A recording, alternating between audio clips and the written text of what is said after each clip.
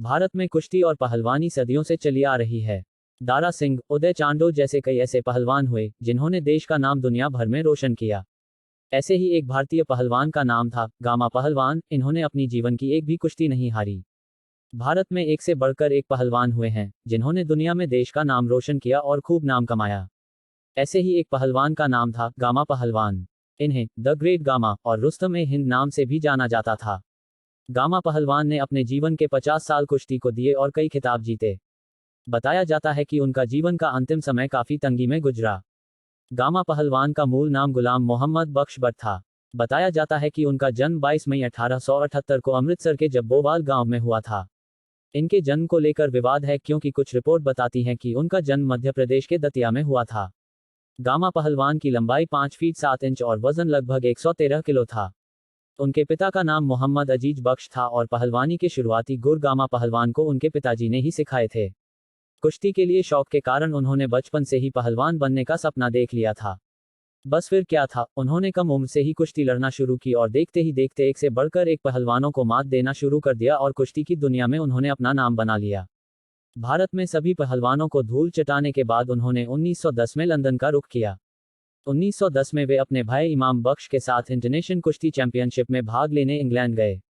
उनकी हाइट केवल 5 फीट और 7 इंच की हाइट होने के कारण उन्हें इंटरनेशनल चैंपियनशिप में शामिल नहीं किया।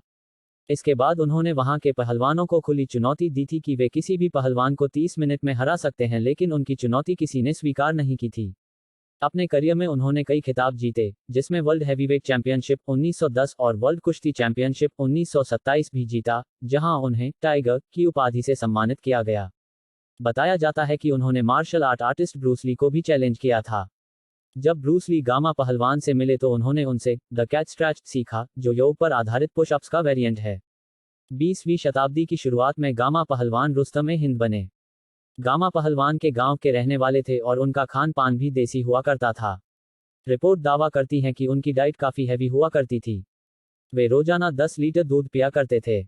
इसके साथ ही 6 देसी मुर्गे भी उनकी डाइट में शामिल थे।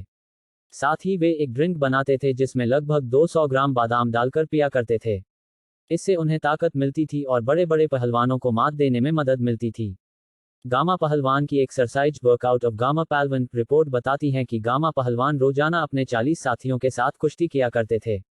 उनकी एक्सरसाइज में 5000 उठक बैठक, 3000 पुशअप या दंड हुआ करते थे। सयाजीबाग में बड़ौदा संग्रहालय में एक 2.5 फीट क्यूबिकल पत्थर रखा हुआ है, जिसका वजन लगभग 1200 किलो है। बताया जाता है कि 23 दिसंबर 1902 को गामा ने 1200 किलो के इस पत्थर को गामा पहलवान ने उठा लिया था। विभाजन से पहले गामा पहलवान अमृतसर में ही रहा करते थे, लेकिन सांप्रदायिक तनाव बढ़ने के कारण वे लाहौर रहने चले गए।